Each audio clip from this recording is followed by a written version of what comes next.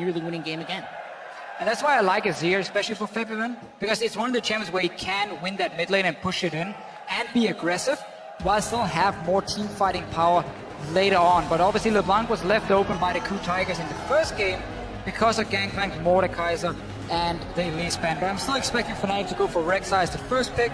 We see exactly the same bans come in so far for both teams. Lulu would come next for Fnatic, and then Elise, if it is as in game 1. Nothing changed yet. Let's see if Fnatic agree and they want to go for that early to mid-game team fight, where they were up against it against Origin in the Summer Split Finals. They ran Rumble and Annie for a similar style. They ended up going long, but it was that play that got them there. Instead of banning Lulu, they take out Veigar. Maybe trying to tell KOO Tigers, you need to ban Lulu now and we get Elise first pick, but I think KOO Tigers can still just ban Elise and first pick Fnatic first pick Rek'Sai and then get Lulu themselves. This is super tricky because now they need to pick between the Rek'Sai or the Lulu. That's a really high valuation they put on that Veigar. But it does tell me somewhat they want to play Azir again. And they just don't want to risk the same thing happening in the late game or control mage in the mid lane, and they don't want to risk having to match the scaling of a Veigar. So they value that above getting or banning away the Lulu. We might also see them do something completely different, and they just want to avoid what KOO can do in the late game on this champion, because they have made mistakes, Fnatic in the early game, which has allowed KOO Tigers to get to the late game, which means this Veigar pick, even if shut down early on, will activate at some point during the game and become super, super powerful. Now, Lulu has been played once by the KOO Tigers this tournament, by Kuro, and it was a loss.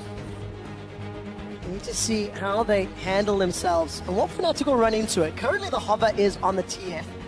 We know that Kalista is still up and available, but Fnatic have not played that yet. Canon's up too.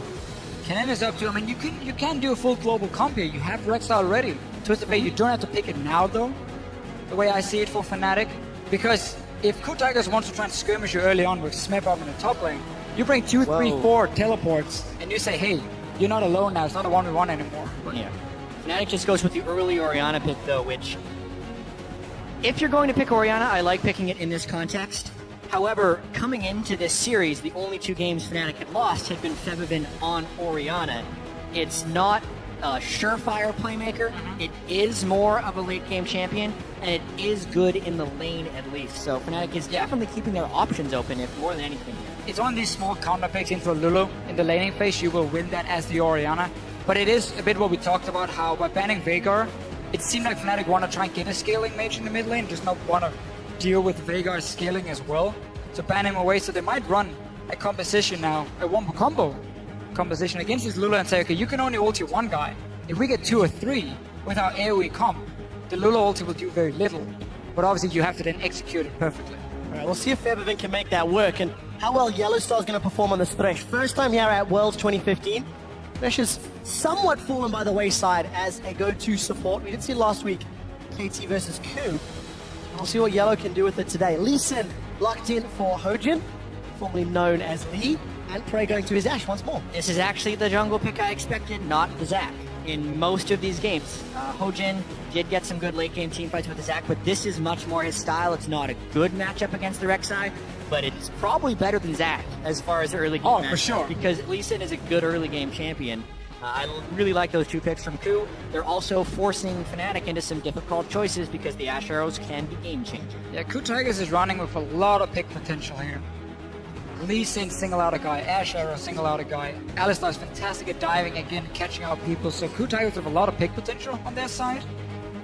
So far though, not running a whole lot of damage. And a big change in style for Hojin. Both of his Zac games previously, the pre-6 ganks almost non-existent. Now, going to have the option to surprise Fnatic. They will go blind pick Riven. I want to see Lissandra soon. Someone has to play Lissandra top into like Fiora or Riven, but nobody's done it so far.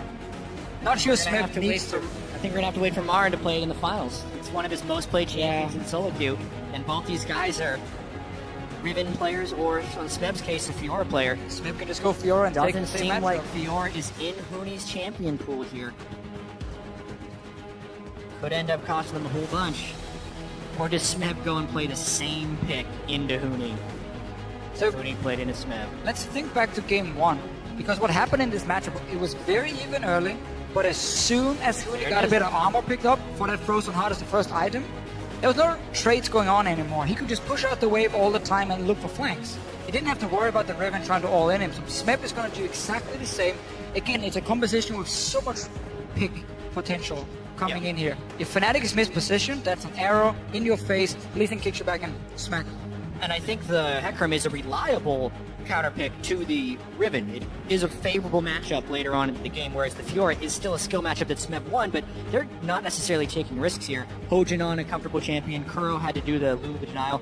These are actually much different team compositions that we did see in game one, so maybe we see a completely unique game here. And we got to see Fnatic take the best of both worlds.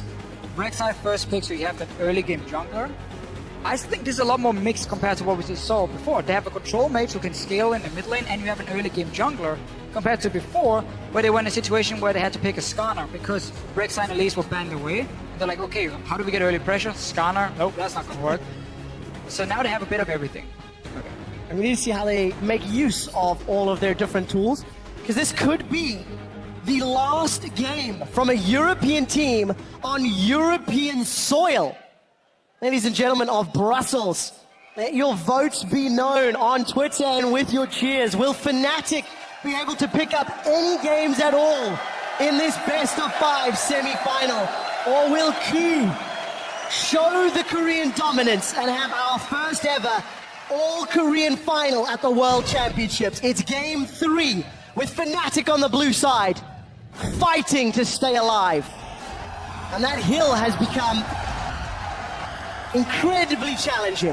Fnatic has to win 3 games in a row, but with the closeness of the first 2, it is a definite possibility. What we have to keep in mind, though, is if this game starts early for the KOO Tigers in a favorable fashion, if they get first blood, if they start up a couple thousand gold, I think the entire series is over. I do not think mentally a team can come back from that type of start after the agonizing way they were defeated in the first 2 matches.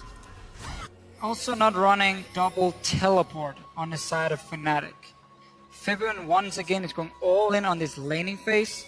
Orianna does do really well into Lulu, so he's looking to once again push Kuro into his own tower and open up for Rainover to be more aggressive, invade into the enemy jungle, take one-on-ones, 2v2s in there, use that Riven as well for extra damage in the early game. So Fnatic will have tools to play around the early game, but we know what happens late game when you're down a teleport. Well, KOO Tigers have already shown that their quarterfinal form of falling behind and then bouncing back is something they can do comfortably.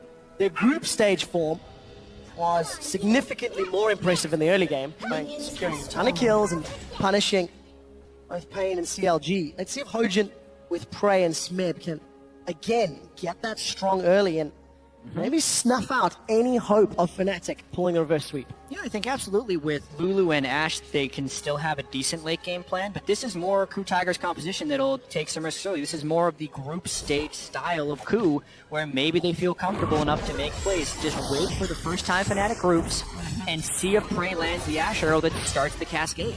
Prey is probably the best Ashe player in Korea. He was one of the first guys to really bring him out again during the playoffs and so on. He's very known for having fantastic hawk shots, and then also, of course, that arrow landing at the correct target. And KOO Tigers really looking a little more. They're going to spike more in the mid game with what they're running here in this game. Potentially final match of the series. Ebervin and Kuro going toe-to-toe. We are going to see the head-to-head matchup up top as well. Huni and Smeb settling in. And both duos going so. So we'll see what Huni can do. He ran the Hecarim first, but it's coming off way worse for wear. Smeb just throws Spirit of Dread and laughs in his face. Yeah, and Hecarim also has Ignite, so he's up a combat summoner in this lane. You almost have to gank the Hecarim early, but if he's chunking the opponent laner like this, you can't do that either. Huni's hoping that he can bounce the wave off the turret here and then recall, but he's taking so much damage early, he's going to be in for a world of hurt. Let's just remember Smeb is running Flask and 3 potions. So the fact he's winning early trades so easily is going to make it even worse for Huni, because he has no way now of sustaining himself. 3% life steal on a Dorn's Blade is absolutely nothing for him. He's really trying hard, but he knows once Smeb hit level 3, he can get the E up with Ignite. It would be enough to kill Huni out of lane. That's why he's really delaying this recall. Early laning phase goes heavily to Smeb top lane. So Smeb with a soft counter pick already in a good position. We'll see how early you can get that armor secured. Reckless and Yellow, they're pushing heavily on the bottom lane. So, this Riven pick for Huni will most likely just be because it's a comfort pick for him. I don't see Fnatic necessarily go and camp the lane. Because if you look at what they've done with the rest of their comp, you have a counter pick in mid that's going to push in to tower. Look where Febiven is on the map now. Sivir against Ashe. Sivir can fast push the wave over and over, and Ashe cannot push it back. She can out-trade the Sivir, but that's very difficult to do when you have minions around you. So Fnatic have two lanes pushing on the bottom side of the map. They'll constantly push into tower. That's what Reynor is going to use to get into the jungle near that blue buff, take that control, and always chip away in these towers here for Fnatic. Play it fairly slow, honestly. You don't have to go for a crazy dive. Just keep pushing in waves on the bottom side. Huni just has to stay alive on the top lane. Look at the speed in which Reignover cleared that jungle. No hesitation, full clear, and sightstone. So more what we saw in the quarterfinals, where he had an average 6 minute sightstone. This one's 4.5 minute sightstone. That's one of the things the analyst desk was saying they'd like to see a little bit more from Fnatic, the sightstones. We're hoping for 2 TPs. I'll see if Reignover can make use of the vision provided. Huni again, coming off worse for wear in that trade. Smeb just runs him down with a devastating charge. Rampages. You have to be so careful now, because you're going Sightstone first on your Rek'Sai against a jungler who's going to go Warrior and Charm. So Hojin will have some more early game power with his longsword. And if Rek'Sai takes a risky gank on top side, you know Hojin likes to sit up there and wait. You mean like this? Like this, that could end very quickly in 2 kills for KOO Tigers. So weird to be having the Riven here. It's the danger of the blind pick, because now you have to play Riven into an unfavorable matchup, and that Kobe loves to talk about it all the time. You have to gank for a Riven lane when you're on Riven's team or against Riven's team, because that's where the jungle attention is going to be going, and that actually plays into KOO right here. So Huni needs to play defensively on Riven, which almost always leads to a large CS discrepancy in Riven's, not in Riven's team. Yeah, the only thing we might see happen for Fnatic is if they keep Reignover on top side, maybe force Hojin to stay there so there's no jungle push on the 2 lanes pushing for Fnatic, and they just let Febiven and Reckless do the job on their own while you try and, bait attention on the top side. But we keep seeing these trades. Smeb is already gonna get some early armor, he's gonna get that Frozen Heart as his first item, and Huni doesn't really have that chance to all in. No, not at all. 10 CS down already. Smeb still got that Ignite and the Sustain. Huni's going to lose even more CS. So a Miracle TP play is what they're looking for. Febiven throws down the Shockwave almost as soon as he unlocks it. Just trying to bully Kuro out. Got himself a 10 CS advantage. It's something, but it's not massive just yet. So now with Reignover being around top side, getting 2 deep wards in to try and spot Hojin in the red jungle here, which is very nice. It did mean once he maybe had a small chance to gank the bottom lane, he obviously wasn't nearby because he's been making work on the other side of the map. Frey and Gorilla are overextending at the moment. You have Lantern, you have Flash for Yellow Star. There's a lot of ways to set up this gank. And I like the fact he's now sneaking down towards this gank. He can even go over the wall with his tunnel, and then he goes the opposite side towards the mid lane. It's pretty smart of Reignover, though. He knows he doesn't actually have the combat effectiveness with Sightstone right now, and he's successfully and safely gotten 2 wards deep within the jungle of KOO. So at the very least, he's stopping Hojin from having early jungle presence, or so he hopes. Yellowstar with a very poor face check. Oh, he's in so much trouble. Flash and Exhaust are available. Yellowstar manages to sidestep the Sonic Wave. Teleport started, then cancelled by Kuro. So they do get at least one of those summoners at the cost of their flash and heal. Strange play from Yellowstar. I'm 100% sure they saw Hojin in the jungle with the wards just being placed from Reignover's side.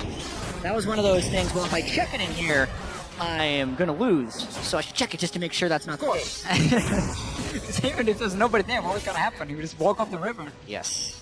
Very foolish play there, but he keeps his exhaust at least. I like the fact that he has exhaust, specifically against Hecarim. But these small mistakes is exactly why KOO Tigers in the last 2 games have been able to always, even when it's really far behind, find their way back into the game. Because Fnatic would then make that little overextension or have that one bad call they made, and that's where KOO Tigers punish you every single time in the early game. It goes further than just that. In the quarterfinal matchup, KOO just kept showing ways they knew how to defend. They knew how to play on the back foot, and they've done that in their own region during the course of the summer split. I mean, this is the team that is looking the most likely to advance on to the championship finals.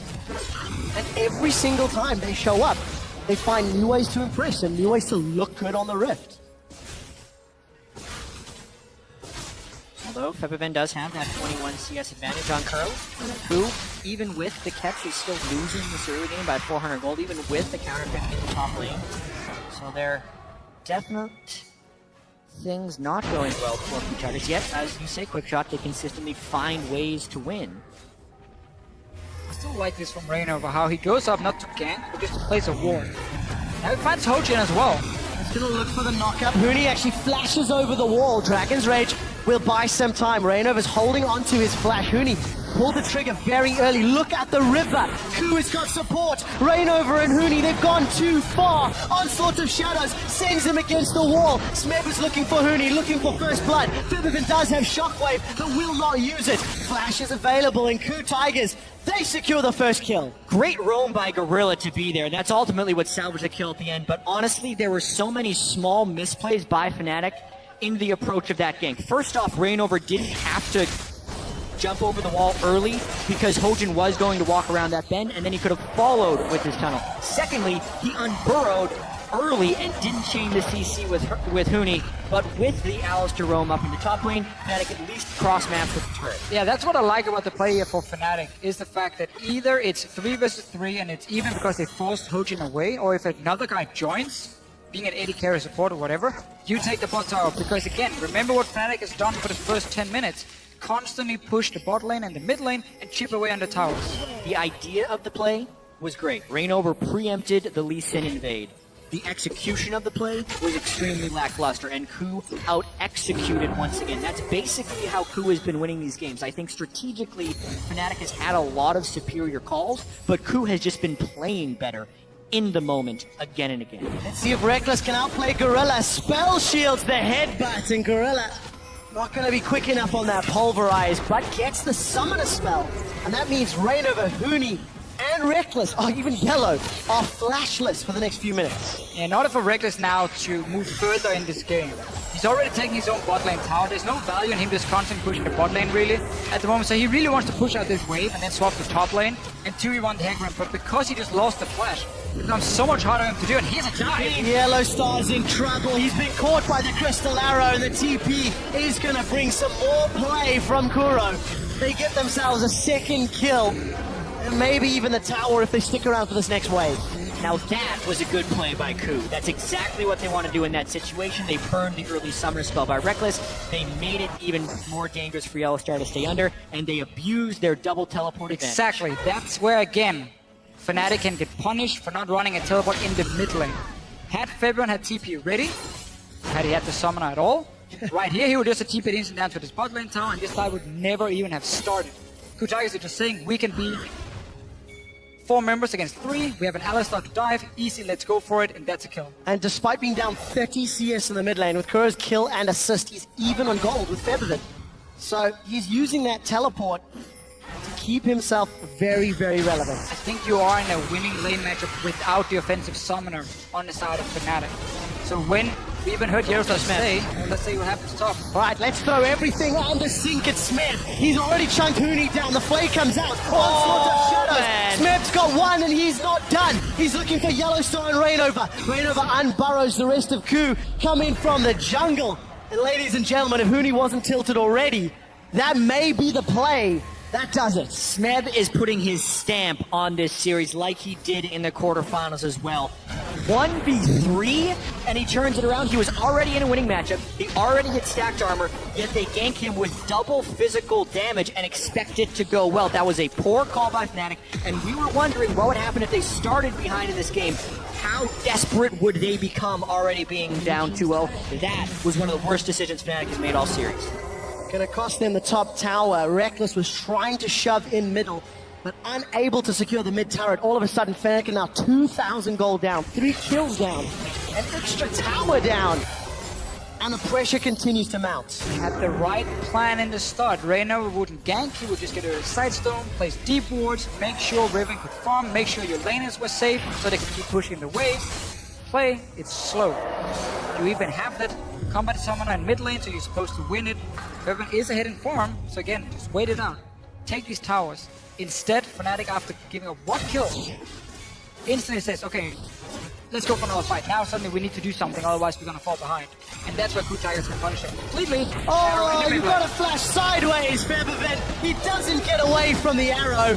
And an easy pickup for KOO. Now they've even got uncontested time towards this middle lane. You gotta hand it to KOO Tigers, though. They are absolutely recognizing where Fnatic is at, and they are going for the aggressive plays. Prey with Ashe does this against everybody. Beautiful arrow from right outside of Fog. Flashes backwards instead of sideways. I don't think that's a play Feathervent makes in game one, but based on the circumstances of this match, he flashes straight backwards. KOO converts, gets their 4th kill. Making it just look so easy. The enchanted arrow from Prey. That library card continues to get stamped for Fnatic. And KOO are just now starting to strangle the life out of Fnatic. They do have wave clear in Orion and Sivir, so there is some comeback mechanics. But they cannot afford to keep falling prey to Prey as those Ashe arrows get flung out. And again, they don't have a teleport. So KOO Tigers can say, okay, we're just gonna 1-3-1, push in every single lane. Whenever Fnatic sends someone to the bottom side to defend like they're doing now, they can get in a Gorilla. All of a sudden, Reckless is delivered into the hands of Kuro, but there's no damage to follow it up. KOO may have bitten off a little more than they can chew. Prey's in trouble. He gets away from the wind slash as the teleport's coming in here for Smith. He's now landed. Onslaught of Shadows is available. Hooney's on the front line. Not even needed. Smith throws the onslaught towards the tower. Hooney's left for dead. Shockwave connects on Prey, but doesn't find a kill. Top laners are down, and Fnatic are able to at least go even after an over-aggressive play from KOO. This was almost the best Fnatic could hope for. We saw it. Feathervent was down on bottom lane to clear the wave that was pushed in by Koro, so KOO Tigers said, okay, now we have a numbers advantage. We can engage in the mid lane. We're still only 15 minutes in, though, to dive in between 2 towers, but now to be a little bit more than what the KOO Tigers could do. But in the end, it's still 1-for-1.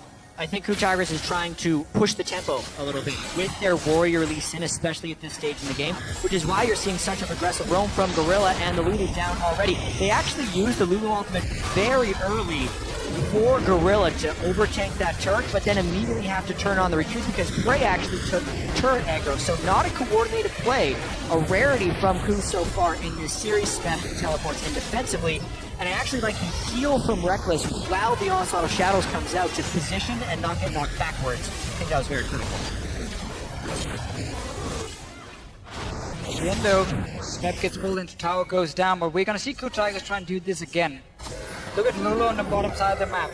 Fnatic is pinging and saying, okay, this might be our chance to rush in mid tower. To force at least the teleport from Koro. That's the best you can hope for if you're Fnatic. Force the TP, then back away, but then do it again in 2 minutes time when KOO Tigers cannot put up this 1-3-1 pressure. So Fnatic want to force a teleport right now to get that summoner away, but KOO Tigers, they know it, they're ready to fight. Oh, Gorilla's gone in and found 3. The arrow connects onto Reckless and he's dead. He gets kicked backwards. Gorilla's the one with the kill credit. We just see Hoodie take the lantern to safety. Tower will give Fnatic some breathing room. Prey again, finding the enchanted crystal arrow. Reckless had flash. Smith being a little bit out of position. Hooney and Yellowstar trying to jump him down, but Gorilla comes forward. The shockwave finds 4. There's simply not enough ability power. Yellowstar and Rainover, like lambs to the slaughter. They throw themselves at the wall and come away wanting. Yeah, trading a Thresh kill for an unnamed kill on the enemy side is not a good idea. Yellowstar really with a bit of a desperation play here, and I think this is another one. Fnatic desperately trying to turn this game around. Rainover's now in enemy territory without much backup. No, he does have at least some protects and dissonances from Feathervent. So that now puts Fnatic even further behind. 3,000 gold. KOO Tigers. They're showing up. Yeah, they really are, especially in this game where they're making the Ashe plays work. This is why Ashe was banned against them so many times earlier on. So we get once again this trade between them, but the only positive thing really for Fnatic with this fight, even though they're losing all these members and it's obviously not a great play, is now they have a bit of time when there's only one teleport inside of KOO Tigers. This is your opening if you are Fnatic to get back into this game. You need that mid tower down. You need to get a team fight around the dragon and you need to win that team fight. If that doesn't happen, KOO Tigers is going to keep doing this for another 10 minutes and they're going to keep getting more and more kills. I'm looking at the items though, and Fnatic just isn't there. every powerful item that they need to complete. Death Cap on Orianna, anything on Huni, Infinity Edge on Reckless. KOO is ahead of them in every single aspect. You just don't have a choice. They cannot 5v5 unless they get a pick early, but KOO is the team getting the picks. Fnatic actually just needs to stall this one out and give away Dragon. The thing is, by stalling it out for Fnatic, you just put yourself in a situation where you will have to spread out on the map, wave play in a side lane, and then 5 members from KOO Tigers will dive you in the mid or in the top lane, and they will get their kill or start setting up the Baron. So you just put yourself in a situation now where there is no good play. And that's the worst situation you could be in as a team in League of Legends, because normally you always have, okay, there's one good play, one okay play, and there's a few bad plays. Obviously we're trying to aim for the good one. Now you're in a situation where everything is bad, maybe okay, at the very, very best. And you need to outplay KOO Tigers then. You have to give so much credit to KOO Tigers. They were coming in, heralded by many as one of the weaker Korean teams, but Hojin finds a death sentence and is the support of Gorilla. On the hunt is coming out. Huni has arrived from the back line. Dragon's Rage finds 4. Ash Arrow onto Feathervin as well. Gorilla's still running interference. Reckless has got a kill onto Hojin, and Gorilla's Unbreakable Will is quite early. So the bad plays have resulted in a net +1 kill. Defensive play to get rid of Smith. Huni's trampled underneath the weight of that power pony. Reckless is in trouble. The shockwave's already been pulled. And Fnatic's last chance, last ditch effort is being strangled away. KOO take 4, the cost of 2. You can see what Fnatic is trying to do. Again, they're simply saying we have to just try and go for some insanely risky plays. Waiting is going to be almost impossible for them. At least that's what seems to be the call for Fnatic. And obviously they lose the fight. It's the manifestation of desperation with this shit. It is. Because they are down 3,000 gold, and they had a clean kill onto Hojin with no casualties, yet they persist. The way they come back in this game, if they want to come back in this game, is through several small wins, not one home run. You can't be swinging for the fences on every single pitch, or you will strike out more often than not. So KOO Tigers is taking the reliable good plays, and they're literally punishing Fnatic every time they reach too far. I think you have to take a step back and just look at KOO. We'll do that in a moment. This is a replay of that fight. Yeah, Hojin makes a mistake. They do a lot of peeling here, Gorilla and Hojin, just to keep him alive for a little bit longer. And you can see how heavily out of position KOO actually are with their double teleports being down. So that's the window Fnatic has. But the map is only so big. It's going to shrink eventually, and KOO brings their soul laners back into this fight while Fnatic continues to be here. And because of the item differentials in this team fight right now, Fnatic had no chance once Smeb and Kuro arrived. Smeb 2 levels above Huni right now. Insanely fed on this Hecarim. Fnatic is saying again, 5 vs 4, let's try something. It's not the right call. They get punished for it. KOO Tigers, 21 minutes in. It's 5,000 gold ahead. And this is the team who's been playing normally really well in the late game. Yeah. Did make some mistakes in the last game though with Fnatic. Almost managed to get back. Wasn't enough in the end.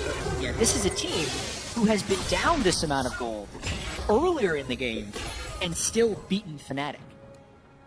And I asked the question at the beginning of the day, if Fnatic get the lead that KT had from the quarterfinal, will Fnatic close it out? I said yes back then. I definitely expected more from Fnatic when it came to their shot calling, how to snowball the games. But all credit to KOO for, again, punishing when the mistakes presented, playing so safe they didn't provide more opportunities for the lead to extend. This is a team that is... You can question some of their calls, but you cannot question their ability to find ways back into the game. They wiggle out of every chokehold they're put into. Very creative teamwork. You can tell KOO Tigers, really Gorilla picked the team that he wanted to play with. A lot of old members from Najin. The B team at the beginning of the year. A lot of players that have been rejected by other organizations. And they are not even just one game away from the final, a couple fights away from the final. Wow, Feathervin's already dead. Shockwave didn't even get to use. Wild growth on that frontline Gorilla. Unbreakable Will reducing any damage he could take. And KOO just say we'll have that and brute force their way into the mid-inner turrets. It's the same situation again for KOO Tigers. They push in at least 2 lanes, so they have one guy from Fnatic defending. This time it was Huni with no teleport, and they know, okay, he's gonna catch the wave at tier 2 tower. We walk straight through Fnatic's jungle, and we just dive them 5 members. We have so much engaged. Hecarim, Alistar, Ashe, Lee Sin, like almost all the champions can start the fight for KOO Tigers and get that one pick, and they even Spike in this mid game. Rooney's in trouble. The onslaught will throw Smith far enough to get the kill credit. Reckless is now exhausted. Yellowstar's trying to run interference. There's no box available for zoning. It's a double kill for Smith, and Kuro gets his third. Fnatic were dancing around the Baron pit, and KOO take their lives. The mid-game power spike of Hecarim Lulu. There is really no speed equivalent to that combo when you're trying to run away. So even though Reckless was far from the origin point of that battle, he ends up catching the bad end of it. Rainova and Febivent standing against KOO. They're in the Baron pit and Look at the Shockwave the opportunity. Shockwave is available, but the headbutt will knock Rainova away. Shockwave gets damaged, but nothing more. And KOO Tigers have the tools they need to finish this game out, to clean sweep Fnatic. Definitely didn't expect that coming into this series. We knew KOO Tigers were great. This was always going to be the most contested series we've seen. We all looked at Could have Fnatic gone either way. as the Western hope, basically, for getting into the final. With Origin facing SK Telecom, nobody expected a whole lot from that match. But this one here, it's been surprising how well KOO Tigers have been able to play went behind, even went ahead outside of those 5 minutes in game 2. And we just gotta give it to them. They really deserve to be so far ahead in this game and already be up 2-0. What a year for KOO Tigers. Not only were they... Oi, Asher also comes in. Kuro's just going to keep trying to run down Huni. It's put together as someone of the B team, Reckless, on the hunt. He does not want to get caught out. Smith still got that onslaught. Fnatic just has to concede so much right now. KOO has been able to play this game, specifically the 1-4, with giant gold deficits. So with a mid-game team composition in the mid-game with a 10,000 gold lead, they are making it look easy. And really, this game has just been all about KOO Tigers. Picks and bans, something that it feels KOO have had their finger on the button all series long, hell, all tournament long, really, for most of the games. And just showing up on the big stage. And now we just need Kuro to take this wave in the mid lane with the Baron buff. Not sure why he didn't want it before. Fnatic keep looking for that one opening where you catch the guy slightly out of position. But even getting that one kill now won't really result in anything for Fnatic. Smith, he doesn't care about Huni down here at all. Not at all. 3-level difference. The Wild Growth comes up. Huni's going to get shut down. Gorilla finds 2 with the Pulverize. And despite the decent shockwave, it will not matter. Reckless is on the retreat. Febivent's got no mana. And Smith just prances into his face. Takes another inhibitor away from Fnatic. 11,000 gold lead. That's going to grow even more as these minions funnel through. Inhibitor number 2 is going to fall. And KOO Tigers can play this one safe. Not make the same shenanigans that we saw from the previous game. 3 inhibitors down. Almost giving Fnatic an opportunity back into the game. And I hate to say it, but how similar is this series to the one we saw yesterday? As far as the nature of the games playing out. Origin played SKT really close in game 1. They're gonna try now, Fnatic. Rainova's arrived. Huni teleported to the tunnel and he's going to try and look for a kill. Going to hold on to his ultimate in that wind slash. Hojin finds the Krugs. He even makes it out alive at the investment of TP, Void Rush. Going on the hunt, I believe. And then aside from the big mistakes that KOO made at the end of game 2, that was a more one-sided affair. And then game 3 has just been an absolute slaughter. KOO comes in with some different picks, more of their comfort, you would say, with Hojin's Lee Sin. And this game isn't even looking close. I think KOO Tigers, what they do so well, is they make so many of these low-risk plays. They're very consistent in the way they play it out. They don't go for that all-in tower dive that completely backfire very often. Even when they had a bad play in the mid lane, it's because they were so far ahead already and they end up just trading 1-for-1. So very rarely do you see them completely mess it up. Where Fnatic, their playstyle is a lot more high risk, high reward. They will go for these aggressive plays, but against a team who's ready for it, they can backfire very easily. And that's what we are seeing in this series. Well, Death Sentence finds Smith, but Yellow Stars just booted away. Shockwave lane available in the middle of the lane. Prey not going to step close enough. The Super's now inside the base of Fnatic. Who need to play with time and play with the minions. That's all they need. Hooney's trying to deal with him on the bottom lane. Yep, 2 inhibitors down. This time Fnatic doesn't have an Azir who's much better at clearing multiple waves of super, so even these 2 waves of super minions give KOO a big win to take down inhibitor 3 or the game. Gorilla's found Reckless and Smith once more. Reckless gets feared towards his Nexus. Featherfin's on the retreat, waits for exhaust attack before throws down the shockwave. Hooney wants to try clean up, but the Dragon's Rage will send the team away. It is a double kill for Fnatic. They're defending, but it's very little. It's very late, and I don't think it's going to matter. Rainover jumped a mile behind the rest of the team while they were trying to trace out. Now he's in trouble. They lose the inhibitor, but they do pick up some kills. Might be able to get Prey. Let's take a look. Prey Seeker. Doesn't want to be here. Smith can quite easily pick this kill up. They're going to go 1 for 1. This is the best friend battle, ladies and gentlemen. Rainover and Smith throws up the flare, but it is Smith that will have the last laugh. As in life, your best friend runs away from you. Smith probably says only players who can make it to finals get to fight one. And walks away from Hooney. Oh, I like that. And Rainover. Well, 10,000 gold down, double super minions in every single lane. Just one more time of this last-ditch effort here from Fnatic. Gorilla makes a pretty nice initiation. I honestly think there's a pretty big overreach by KOO Tigers, and they didn't even finish killing the inhibitor because they're splitting their damage so heavily when they make this game. Yeah, whenever we say they're making all these low-risk plays and so on, and they get really far ahead in the game, they go for these fights. I'm like, oh, okay, let's give a few kills here and there. It's very interesting, though, because Fnatic right now, There he goes. are just trying what they can to get back and Rainover. Looking for more, didn't end up getting it, but like, Reckless is really far ahead in farm, Pippin is far ahead in farm, they were winning these lanes. But KOO Tigers are winning as a team every single time. It's not individually one guy, maybe outside of Smith, who is being an absolute monster up in his top lane. Him against Marin is going to be such a great battle. Well, Supers are onto the Nexus turrets, and KOO are not putting themselves far enough forward to be at risk yet. Waiting for those next lines to move their way in. And the fire of Fnatic on home soil looking to be extinguished. The KOO Tigers have killed Hooney.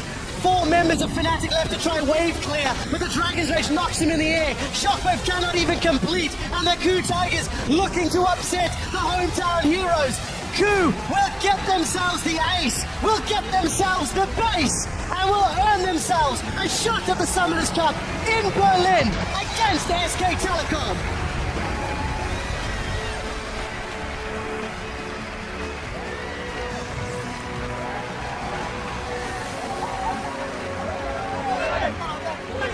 And you can't help but be happy for the KOO Tigers.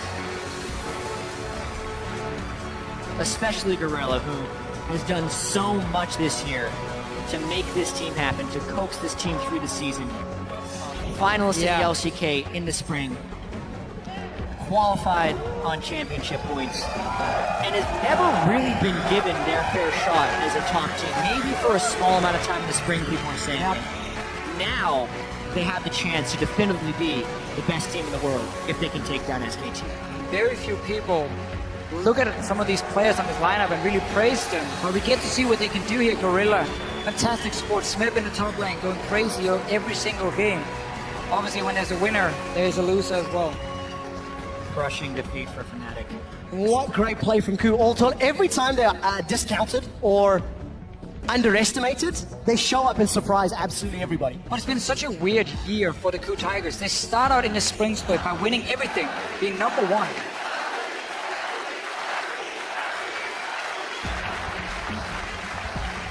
Also been a huge year for Fnatic, coming all the way to the semifinals, and the crowd is showing their appreciation.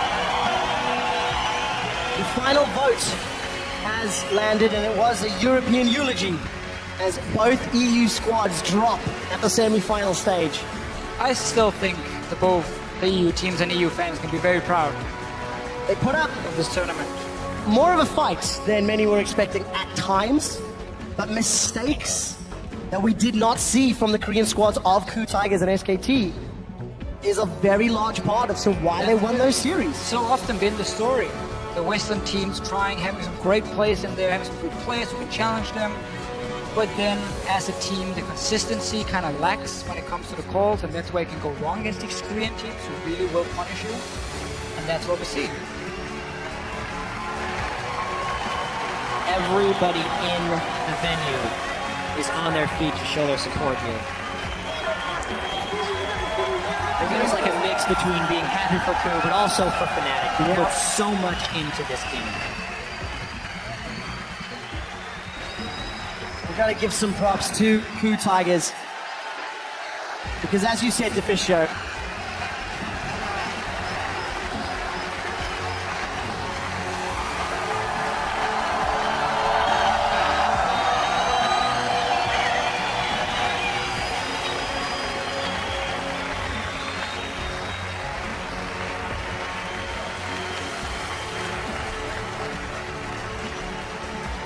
So much emotion on stage right now. difficult end to the tournament for Fnatic. It's a young team though, Fnatic.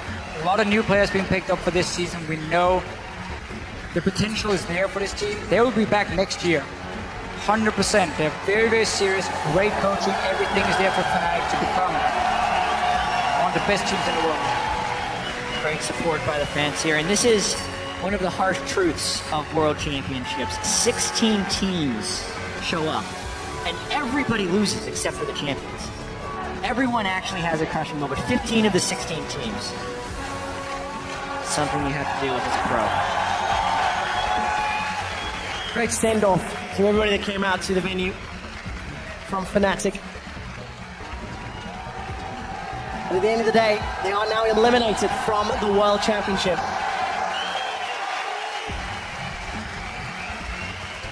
And unquestionably,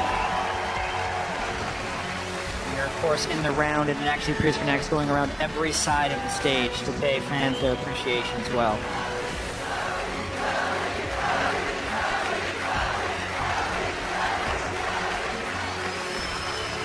Crazy. it is. It's absolutely phenomenal. It's been a roller coaster ride for everybody watching. Western teams are now eliminated at the top 4. We will have our first all-Korean final. KOO Tigers will get another shot at surprising, another shot at proving they are the best team in the world, and you could not ask for a stronger opponent. It's going to be a really tough battle for KOO Tigers against SK Telecom. In the spring split, SKT didn't even play against Faker, and they got 3-0'd.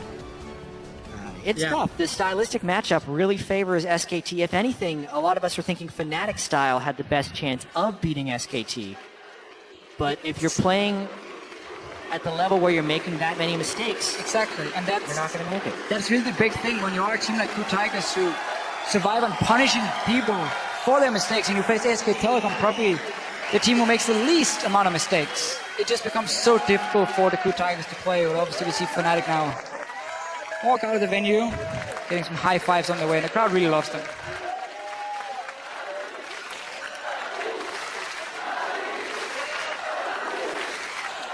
We're hearing the chants again from the audience.